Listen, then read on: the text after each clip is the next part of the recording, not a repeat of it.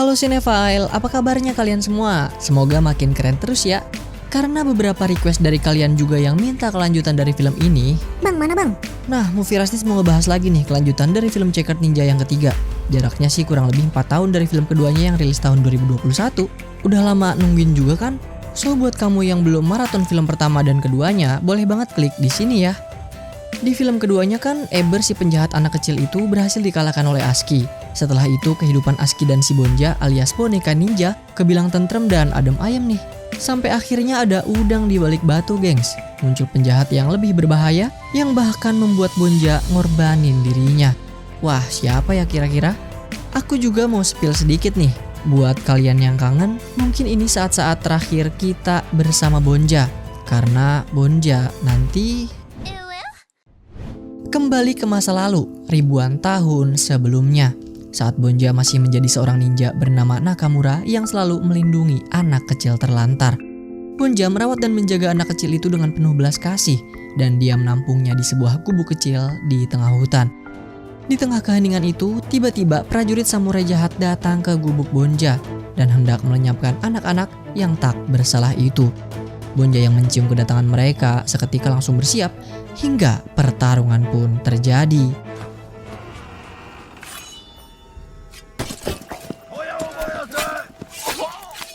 Bonja berhasil menghabisi samurai itu. Namun saat melihat gubuknya dibakar, fokus Bonja teralihkan yang menyebabkan punggungnya terkena panah. Bonja pun mati dalam pertarungan tersebut dan tepat di depan matanya, Bonja melihat api melahap seluruh anak kecil yang bersembunyi di dalam gubuknya. Dan itulah trauma yang membayang-bayangi Bonja hingga sekarang, bahkan saat ia telah bersama Aski. Yang Bonja punya sekarang hanyalah Aski. Dari dalam hatinya dia berjanji menjaga Aski dari segala bahaya mengancam dan gak akan mengulangi masa lalunya. Akan tetapi, kini keseharian Bonja bisa dibilang membosankan. Tindak kriminal yang terjadi telah menurun sehingga gak ada satupun misi yang bisa dia jalankan. Setiap hari pun Bonja lalui sampai gak kerasa Aski telah tumbuh dewasa. Sorenya setelah berkumpul dengan keluarga, Aski segera bersiap karena hari ini dia ada jadwal untuk datang ke pesta bersama teman-teman sekolahnya. Saat hendak berangkat, Bonja menagih janjinya dengan Aski karena hari ini adalah waktu mereka biasa berlatih ninja. Namun, Aski merasa kalau dia nggak perlu latihan keras lagi karena Eber telah dikalahkan dan kriminalitas telah menurun. Supaya Bonja nggak ngambek, Aski mencoba membuat Bonja senang dengan berpura-pura mengajaknya ke dalam misi penyelidikan. Padahal saat itu, Aski hanya ingin pergi ke pesta teman-temannya. Sesampainya di lokasi, Aski lalu menyuruh Bonja mengawasi di luar, sedangkan dirinya akan masuk melakukan penyelidikan. Saat tiba di dalam, Aski pun langsung kelihatan lega karena terlepas dari Bonja. Dia pun langsung memesan minuman, lalu tanpa sengaja bertemu dengan Jessica, mantan pacarnya. Sayang, perasaan Aski telah berubah kepada Jessica karena dulu Jessica pernah selingkuh darinya. Waktu ingin main biliar bersama Odi, fokus Aski teralihkan dengan seorang perempuan cantik dan menawan. Odi lalu memperkenalkannya dan perempuan itu adalah Emily, siswi baru di sekolah. Dari dalam hatinya, perasaan cinta Aski pun mulai tumbuh terhadap Emily yang terlihat begitu tenang dan ramah. Jessica pun sampai cemburu, gengs, ngelihat Aski ngobrol intens sama Emily. Di sisi lain, Bonja yang menunggu di luar dikejutkan dengan kedatangan seorang pria misterius nih. Setibanya pria itu di depan pintu, dia nampak akan melakukan transaksi barang haram sehingga Bonja yang melihat itu pun menjadi curiga. Ternyata pria yang dimaksud itu adalah Marco, pacarnya Jessica yang dulu jadi selingkuhannya. Saat pertunjukan musik dimulai, Marco lalu masuk ke dalam ruangan tersembunyi. Bonja yang mengawasi dari luar pun akhirnya melihat Marco melakukan transaksi mencurigakan di ruangan tersebut. Dengan cepat, Bonja menyelinap masuk ke dalam untuk menangkap Marco. Aski yang tak ingin Bonja merusak acara berusaha menghentikannya, namun sial Aski terpeleset ke arah Jessica tepat saat Marco ada di sana. Marco yang melihat Aski begitu pun ngamuk, sehingga acara berubah menjadi tegang. Jessica melerai pertikaian itu dan Aski pun segera keluar dari acara pesta. Aski sontak marah kepada Bonja karena dirinya membuat acaranya menjadi buyar. Bonja pun marah balik gengs, karena Aski malah gak fokus sama misi yang dari awal sudah dijanjikan. Bonja lalu memberitahu Aski bahwa Marco adalah seorang pengedar narkoba dan dialah yang harus jadi target sasaran mereka berikutnya. Alih-alih mendengarkan perkataan Bonja, Aski malah gak peduli. Sehingga Bonja pun sadar kalau Aski datang ke pesta itu hanya untuk ngobrol-ngobrol. Bonja yang kesal lalu menusuk ban motornya Marco hingga bocor. Aski pun panik dan mencoba mencabut pedangnya Bonja. Tapi apes, Marco keburu datang dan mengira Aski lah yang melakukannya. Sampai-sampai Marco marah lalu mengajak Aski berduel. What?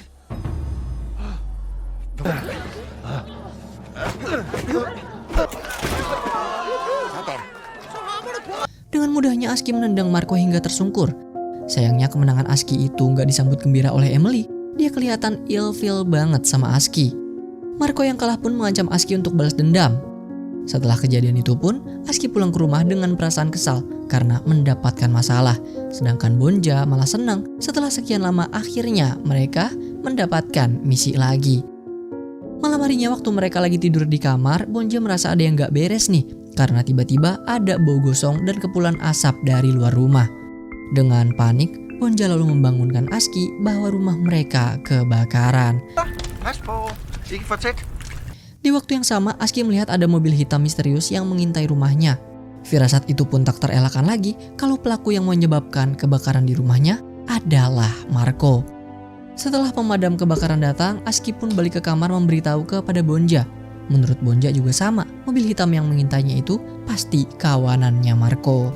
Og uden noget. Det er den eneste måde at stoppe sådan nogen som ham på. Tro mig. Keesokan harinya di sekolah, Aski yang lagi mengobrol dengan Odi tanpa sengaja bertemu dengan Emily.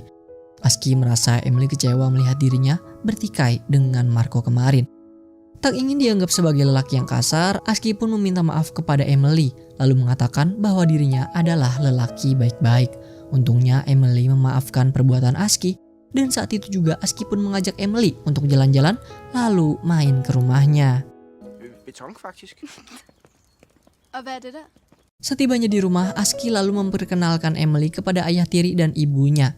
Aski juga menunjukkan kamar pribadi miliknya kepada Emily. Di waktu yang sama Aski dipanggil oleh ayah, sehingga Emily pun berada di kamar Aski sendirian. Di kamar, Emily ngeliat Bonja, dan karena gemes sama boneka itu, Emily mencet-mencet badannya Bonja. Bamse, er du det? Er det det du er? Secara tiba-tiba Emily teriak ketakutan karena ngerasa kesetrum waktu memegang Bonja. Emily lalu memberitahu bahwa boneka milik Aski yang baru aja dia pegang seolah-olah hidup gengs. Alhasil Aski yang tahu Bonja berulah lagi mencoba menenangkan Emily dengan mengajaknya main keluar. Nah, pas Emily jalan pulang, Aski lagi-lagi dikejutkan dengan mobil hitam yang dari kemarin mengintainya. Ia yang panik segera bersembunyi di pekarangan rumah tetangganya. Namun sial, Aski terpaksa keluar dari tempat persembunyian karena diserang oleh anjing penjaga. Bener aja, waktu Aski lari, mobil itu ngejar dan hendak menculik Aski. Untungnya ia berhasil kabur dari kejaran mobil itu. Sesampainya di rumah, Aski melaporkan kejadian itu kepada Bonja. Menurut Aski, Marco belum puas membalaskan dendamnya dan terus akan meneror dia. Mengetahui Aski dalam bahaya, Bonja kemudian menyusun rencana untuk membalas Marco. Namun kali ini cara yang mereka gunakan bukan dengan kekerasan, yaitu dengan menyerang titik terlemah pria, yaitu cintanya. Yang berarti target rencana mereka adalah Jessica. Saat itu juga sorenya Bonja dan Aski segera melancarkan aksi saat murid sekolah tengah mengadakan acara pesta. Aski lalu menghampiri Jessica yang sedang mengobrol dengan temannya. Di sana Jessica kelihatan senang banget diajak ngobrol sama Aski. Hingga saat Jessica lengah, diam-diam Bonja mengambil HP Jessica lalu mengirimkan pesan suara kepada Marco. Bonja menyamar menggunakan suaranya Jessica lalu mengajak Marco untuk wik-wik di basement dengannya. Seolah-olah itu Jessica. Aski yang berusaha mengalihkan perhatiannya pun malah gak sengaja menyuruh Jessica putus dengan Marco. Hal itu seakan memberi Jessica harapan untuk balikan. Setelah pesan terkirim, rencana mereka berhasil dan Aski pergi meninggalkan Jessica sendiri. Gak lama berselang, bener aja Marco yang udah ngarep langsung OTW dan pergi ke basement bawah. Mendengar suara Jessica dari ruangan, Marco lalu masuk ke sana dan tiba-tiba saja ruangan terkunci rapat. Jeg skal viske dig noget. Har hvis du eller nogen af dine kompaner så meget som kigger. Marco lari ketakutan, gengs, ngelihat mainan boneka yang hidup dan menyerangnya. Rencana mereka pun berjalan mulus setelah Bonja mengancam Marco agar tidak mengganggu Aski lagi. Hari ini adalah hari yang menyedihkan bagi Aski sebab neneknya meninggal dunia. Di dalam gereja, Aski sekeluarga ngumpul menghadiri upacara pemakaman. Bahkan paman Stewart sang kapten kapal juga datang, gengs. Ketika alunan kidung dimainkan, Bonja melihat ada sesosok misterius yang lagi-lagi tengah mengintai Aski. Gaya berpakaian dari sosok itu mirip sekali dengan yang digunakan Marco. Alhasil diam-diam Bonja pun berusaha mengintai balik pria itu. Ja, plus moms. Efter krig, du enhver en. Kan du huske? Snart er marmor blevet din flis. Sialnya, Bonja tergelincir saat memanjat dan malah jatuh ke dalam peti mati neneknya Aski. Di momen yang sama, petugas keburu menutup peti matinya, lalu membawa ke mobil karena neneknya Aski akan dikremasi. Aski yang melihat Bonja dalam bahaya pun segera mengejar mobil mayatnya. Beruntung di tengah jalan, Aski bertemu Emily yang menaiki sepeda hingga Aski meminta diantarkan olehnya. Setibanya di lokasi, petugas di sana lalu meletakkan peti mayatnya ke mesin kremasi. Dengan sekuat tenaga, Bonja berusaha keluar dari peti mati. Namun saat api melahapnya, seketika Bonja trauma, teringat kobaran api yang membakar gubuknya ribuan tahun lalu.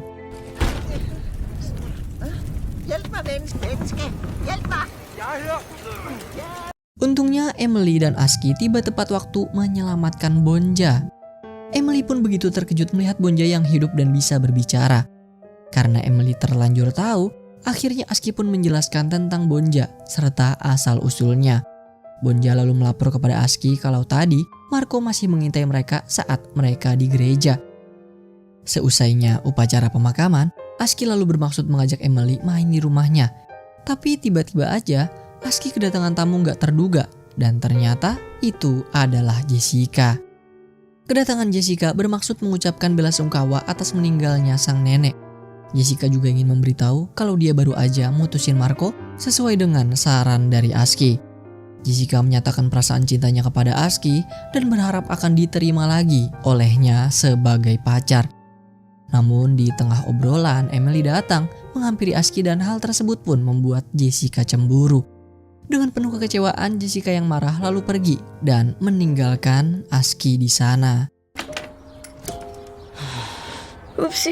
Aski khawatir pas tahu Marco diputusin Jessica karena dirinya. Bener aja, gak berselang lama Aski mendapatkan pesan dari nomor gak dikenal yang bertuliskan dari Marco. Dari pesan itu, Aski ditantang untuk duel di gedung tua. Menurut Aski, Marco sangatlah marah pada dirinya karena membuat hubungannya hancur. Alhasil, Aski pun setuju dan datang ke lokasi janjian dengan maksud mengajak Marco berbicara. Setibanya di gedung tua, Aski hampir saja ketiban batu bata yang dijatuhin sama Marco dari ketinggian. Dengan cepat Bonja pun mengejar Marco yang lari ke dalam bangunan, sedangkan Aski berniat mencegahnya dari sisi lain.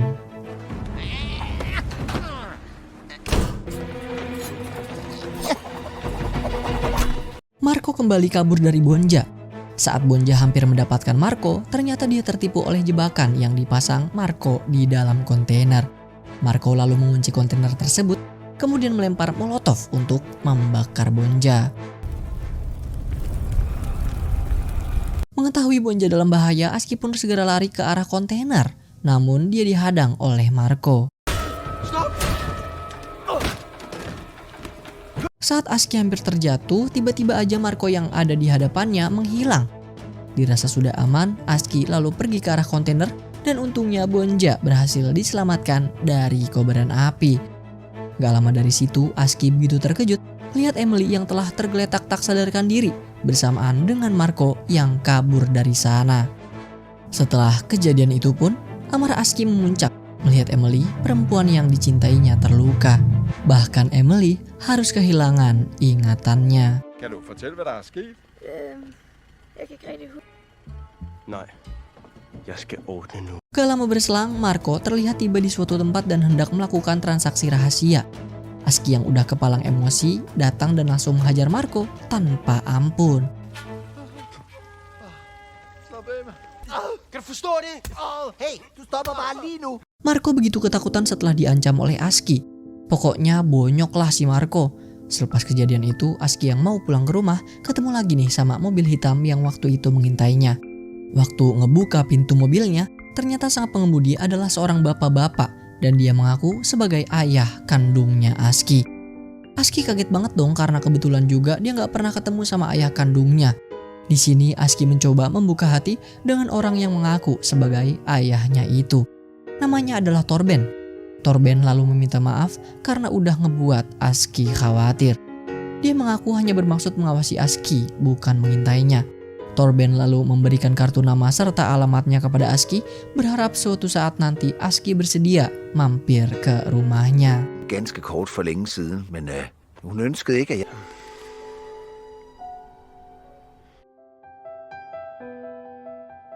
Esok harinya pas bangun tidur, tiba-tiba aja Aski kedatangan tamu asing nih, yang ternyata adalah... Nah rupanya setelah Aski mukulin Marco sampai bonyok, ibunya nggak terima lalu menuntut pertanggungjawaban. Aski nggak terima juga dong, karena Marco duluan lah yang nyerang dia di gedung tua. Parahnya lagi, Emily juga pingsan akibat ulah Marco. Akan tetapi Marco mengaku kalau pada hari itu dirinya seharian ngerjain PR di rumah. Abis itu main sama teman-temannya yang dimana Aski datang dan langsung mukulin dia. Masih nggak terima Aski ngelapor ke ibunya Marco kalau Marco adalah bandar narkoboy. Marco keheranan di situ waktu dituduh Aski. Aski yang kesel langsung ambil tas Marco guna membuktikannya. Tapi waktu ngebongkar seluruh tasnya Marco, yang ditemuin cuma mainan kartu Pokemon, gengs. Kayaknya Aski mulai salah sangka nih. Ibunya Marco lalu ngasih tahu kalau Marco emang ngejalanin usaha kecil di samping sekolahnya. Usaha itu dengan berjualan kartu Pokemon seri langka. Nah, pantas aja setiap Marco transaksi kelihatannya kayak jualan barang ilegal. Aski pun masih nyari pembelaan, gengs. Dia lalu nuduh Marco sebagai pelaku kebakaran di rumahnya. Tanpa disangka-sangka, di situ ibunya Aski bilang kalau Marco bukanlah pelakunya. Ibunya bilang kalau kebakaran waktu itu sebenarnya karena kecerobohan sang ibu yang meninggalkan api di alat pemanggang. Nah, di sana perasaan Aski pun langsung campur aduk banget. Kaget, merasa bersalah dan kebingungan. Kalau misalnya yang di gedung tua itu bukan Marco, terus siapa? Setelah Marco dan ibunya pulang, John dan ibu pun hendak memberikan Aski hukuman dengan menjadikannya tahanan rumah. Aski kesel banget. Dia segera pergi ke kamar dan nyalahin Bonja atas semua kerusakan ini. Bonja dengar semua percakapan Aski dan ibunya Marco tadi dan dia meminta maaf. Tapi Aski udah terlanjur kesel sama Bonja karena dialah yang telah salah sangka sampai ngebuat Aski berantem sama si Marco. Aski ngerasa rencana Bonja udah ngubah dirinya menjadi manusia yang selalu memakai cara kekerasan. Aski yang kecewa pun kabur dari rumah meninggalkan Bonja. Dan sebelum pergi, Aski mengatakan hal yang membuat Bonja sedih. Aski berharap kalau arwah Bonja keluar dari boneka dan pulang ke keabadian. Karena dia tak ingin diganggu dan tak membutuhkan Bonja lagi. Setelah kejadian itu, Aski pergi menemui Emily untuk memberitahu bahwa Marco bukanlah pelakunya. Emily yang pingsan di gedung tua waktu itu akhirnya ingat kalau yang nyerang dia bukanlah Marco. Dan Emily bersaksi bahwa orangnya adalah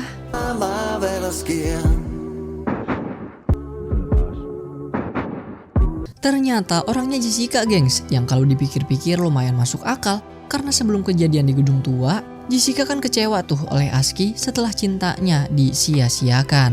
Hal itulah yang mungkin ngebuat dia mukul Emily sampai pingsan. Di sisi lain, Bonji yang sedih dan merasa bersalah pun keluar dari tubuh bonekanya dan kembali ke langit. Aski yang melihat kilatan petir dari kejauhan memberitahu Emily kalau Bonja telah pergi. Setelah kabur dari rumah, Aski bilang ke Emily kalau dia akan tinggal bersama ayah kandungnya yang baru saja dia kenal. Emily pun setuju banget dan support akan hal itu. Dia janji akan selalu menemani Aski dalam keadaan apapun. Jeg tager med dig.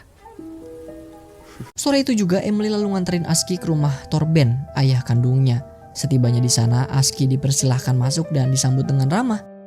Sementara itu di sisi lain, ternyata Bonja nggak berhasil keluar dari tubuh bonekanya karena nampaknya Bonja masih memiliki tanggungan. Di momen itu ada yang mengetuk pintu rumah mereka dan saat Sean membukanya, Aske, Er han sammen med Emily? Ja, det tror jeg. Sean kaget banget melihat Jessica di sana. Jessica lalu memberitahu kalau polisi telah salah menangkap dirinya atas tuduhan kekerasan dan pembakaran kontainer di gedung tua. Padahal bukan Jessica pelakunya. Nah, yang mengejutkannya lagi saat Jessica hendak pulang, dia nemuin foto seorang buronan perempuan di mading kantor polisi. Setelah melihat itu, sontak Sean kaget dan langsung menelpon Aski yang berada dalam bahaya. Sialnya, Aski nggak ngacuhin telepon itu dan malah asyik ngobrol sama Torben. Di tengah pembicaraan, tiba-tiba aja listrik di rumah itu mati, gengs. Mulai janggal lagi nih. Aski yang jenuh di sana akhirnya mengangkat telepon dari Sean. Lalu dengan nada panik, Sean langsung nyuruh Aski cepet-cepet kabur dari sana. Sean juga mengirimkan foto yang seketika itu juga membuat Aski begitu shock. Emily. Ternyata selama ini Emily adalah buronan yang dicari polisi atas rentetan tindak kriminal. Dia kabur dari penjara di Thailand dan ternyata dia adalah anaknya Eber, gengs. Tepat sebelum Aski mau kabur, Emily muncul dengan menyembunyikan sebilah pisau. Kebongkarlah kalau penjahat sebenarnya adalah Emily dan dia ingin membalaskan dendam.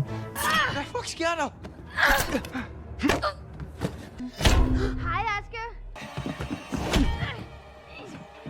Aski lalu memanggil Torben guna meminta pertolongan. Tapi yang mencurigakan lagi, Torben kelihatan sedang menyiapkan senjata tajam dan kulit di mukanya terkelupas. Ternyata bener aja. Ellers længe siden, hva, Aske? Har du savnet mig? Ternyata selama ini Torben adalah Eber yang menyamar dengan topeng. Kebongkar juga di sini kalau penjahat yang ada di gedung tua itu bukanlah Marco ataupun Jessica, melainkan Eber. Dan Emily cuma pura-pura pingsan.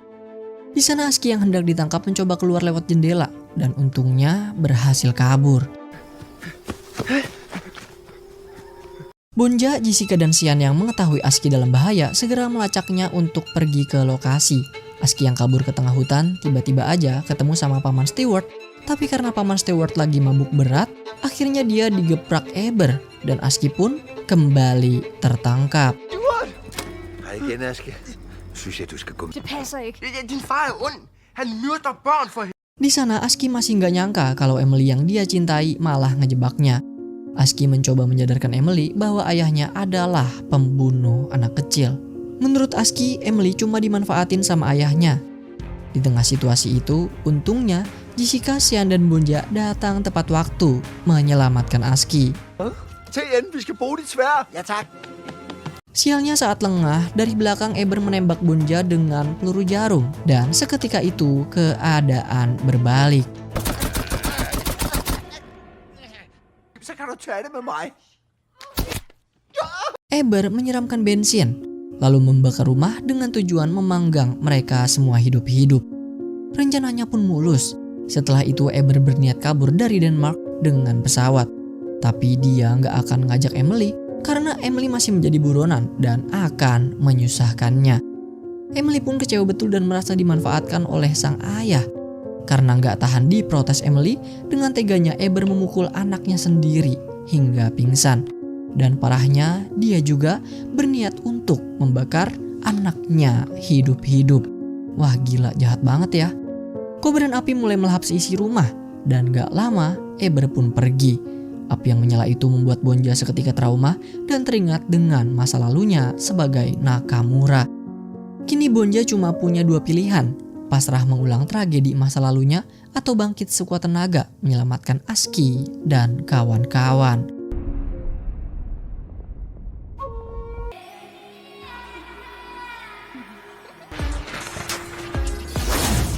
Bonja bangkit dan berhasil keluar dari tubuh bonekanya. Arwahnya mengejar Eber yang kabur lalu merasuki mobilnya Eber. Bonja menyetir mobil itu dan membawa Eber balik ke rumah. Di sana Bonja langsung menghajar Eber habis-habisan lalu masuk ke wujudnya Eber.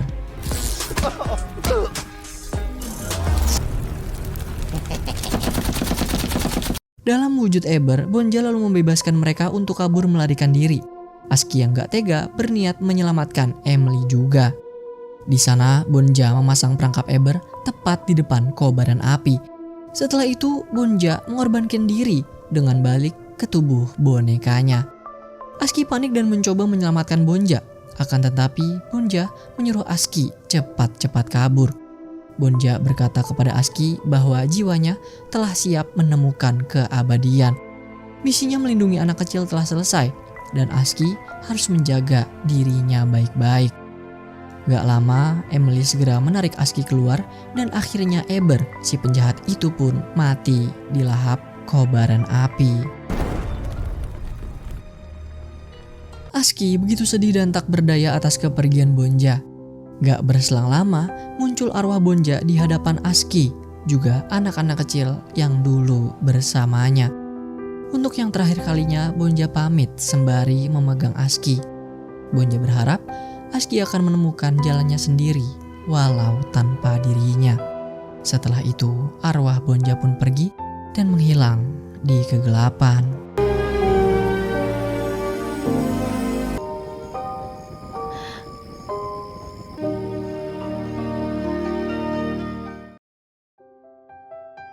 Perjalanan panjang itu pun berakhir dengan pagi yang cerah. Di keluarga Aski mengundang seluruh keluarga dan teman-teman mengadakan pesta di rumah. Acara itu pun diwarnai kehangatan dan kegembiraan. Karena Aski telah tumbuh dewasa, ibu juga akhirnya memberitahu nih untuk yang pertama kalinya kalau sebenarnya ayahnya Aski adalah guru di sekolahnya, gengs. Random banget ya. Aski kelihatan nerima-nerima aja dan dia tetap menganggap John sebagai ayah keduanya. Film pun ditutup dengan Aski yang diberikan kecupan mesra oleh Jessica.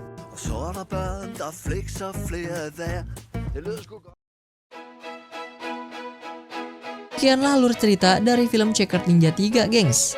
Gimana menurut kalian trilogi ini? Seru nggak? Kalau menurut Movie Rusty sih, film ketiganya ini the best dari pendahulunya. Baik dari segi visual atau plot story-nya yang lumayan mencengangkan. Recommended banget dah buat kamu tonton langsung. Kalau kalian punya kritik, saran, teori, atau pendapat apapun, boleh banget di komen-komen kayak biasa ya. And last but not least, terima kasih sudah menonton. Jaga diri kalian baik-baik dan sampai ketemu lagi di ulasan film Movie Rusty berikutnya. Bye-bye!